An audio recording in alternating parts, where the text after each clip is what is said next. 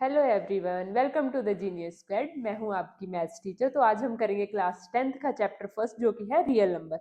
इसमें हम पहले करेंगे यूक्लिड डिवीजन लेमा क्या होता है, उसके बाद एचसीएफ और एचसीएफ फाइंड करेंगे यूजिंग यूक्लिड एल्गोरिथम। देन हम फंडामेंटल थ्योरम करेंगे एल्गोरिथम की। फिर हम एलसीएम एंड एचसीएफ फाइंड करेंगे यूजिंग प्राइम फैक्टराइजेशन मेथड से। देन हम डेसिमल एक्सपेंशन को देखेंगे कि कैसे होते हैं रैशनल नंबर्स में।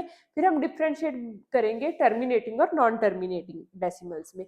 देन फर्स्ट आता है हमारे पास रियल नंबर। रियल नंबर क्या होता है? रियल नंबर हमारे पास होते हैं जिस रियल नंबर में रैशनल नंबर और इरेशनल नंबर आते हैं। रैशनल नंबर होते हैं जो कि पी बाई क्यू की फॉर्म में हम लिख सकते हैं, और इरेशनल नंबर होते हैं जिनको हम पी क्यू की फॉर्म में नहीं लिख सकते। देन हमारे पास आते हैं रैशनल नंबर्स में क्या क्या होता है। रैशनल नंबर में आते हैं integers, whole number and natural number. Integers क्या होते हैं? Integers are the positive number, negative number and zero without fraction. Integers में विदाउट फ्रैक्शन होते हैं, इसमें नेगेटिव भी आते हैं, जीरो भी आते हैं और पॉजिटिव नंबर्स भी आते हैं। देन आता है हमारे पास होल नंबर।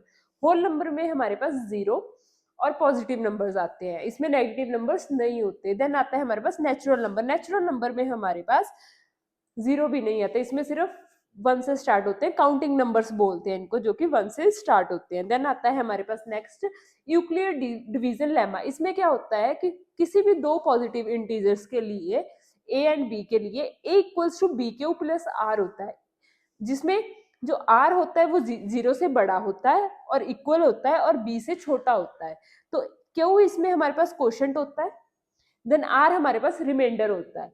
देन एग्जाम्पल जैसे हमारे पास 43 है, 43 में हम 6 इंटू 7 करेंगे। 6 हमारे पास बी आ गया, 7 हमारे पास क्वोशंट आ गया और 1 हमारे पास रिमाइंडर आ गया।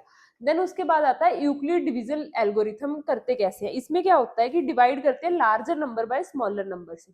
देन फिर फाइंड रिमाइंडर फाइंड करेंगे हम, जो भी हमारा रिमाइंडर आएगा replace divisor divisor with remainder, और इसको रिपीट करते रहेंगे जब तक हमारा रिमाइंडर जीरो ना आ जाए। फिर last non zero divisor is the HCF. जो लास्ट नॉन जीरो डिवीजर आएगा वही हमारा एचसीएफ होगा। जैसे हम एग्जांपल करते हैं 455 की, 42 इंटू 10 प्लस 35 455 के इक्वल होता है। फिर हम 42 को लेंगे, 42 इक्वल्स टू 35 इंटू 1 प्लस 7।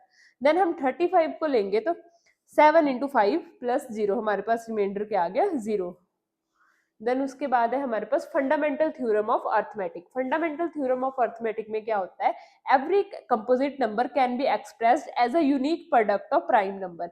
कोई भी नंबर है उसका एक यूनिक प्रोडक्ट आता है प्राइम नंबर्स का, उसको हम प्राइम नंबर्स में एक्सप्रेस कर सकते हैं। जैसे हमारे पास 84 है तो 84 में 2 इंटू 2 इंटू 3 इंटू 7, ये चार तीनों क्या है? प्राइम नंबर है, तो हम लिख सकते हैं 2 का स्क्वायर 3 एंड 7। देन आता है इसके बाद हमारे पास प्राइम फैक्टराइजेशन। प्राइम फैक्टराइजेशन क्या होती है? जिसमें हम फैक्टर्स बनाते हैं प्राइम नंबर्स के।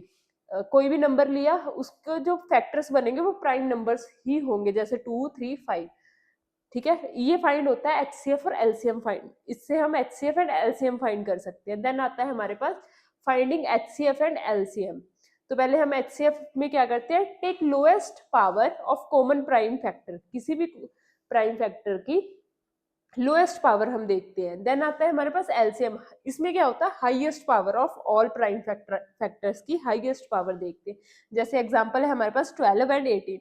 12 एंड 18 में 12 का होगा 2 स्क्वायर इंटू 3 एंड 18 का होगा 2 इंटू 3 स्क्वायर। तो एचसीएफ हमारे पास क्या होता है? Lowest power.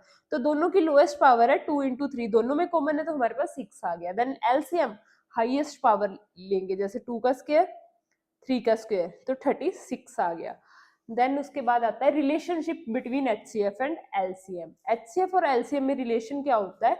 किसी भी दो पॉजिटिव इंटीजर्स के लिए एचसीएफ इंटू एलसीएम होता है वो प्रोडक्ट ऑफ द नंबर्स के इक्वल होता है। जैसे हमारे पास है 12 एंड 18, एचसीएफ है इन दोनों का 6 और एलसीएम 36 है, जैसे हमने पीछे देखा। उसके बाद 6 इंटू 30 एचसीएफ इंटू एलसीएम करेंगे तो 6 इंटू 36 आएगा, और प्रोडक्ट ऑफ नंबर्स करेंगे तो 216 आएगा। एचसीएफ मल्टीप्लाई कर रहे हैं एलसीएम से तो भी 216 आ रहा है, और प्रोडक्ट ऑफ नंबर्स करेंगे तो भी 216 आ रहा है, तो ये दोनों इक्वल हो गए। तो इसको बोलते हैं हम relationship between HCF and LCM. Then आता है टर्मिनेटिंग डेसिमल। टर्मिनेटिंग डेसिमल्स कौन से होते हैं? रैशनल नंबर्स होते हैं जो terminating decimal, if the denominator has only prime factors 2 और 5, जैसे 1/8 है, जो डेसिमल के बाद, जैसे हमारे पास हम इसको कर दे 1/2, 2 को डिवाइड करेंगे 1 से तो 0.5 आ जाएगा, तो 0.5 तक ही है, उसके आगे उसको ये नहीं है कि वो चलता जा रहा है, वो खत्म हो गया 0.5 पे, तो उसको हम बोलते हैं टर्मिनेटिंग डेसिमल्स।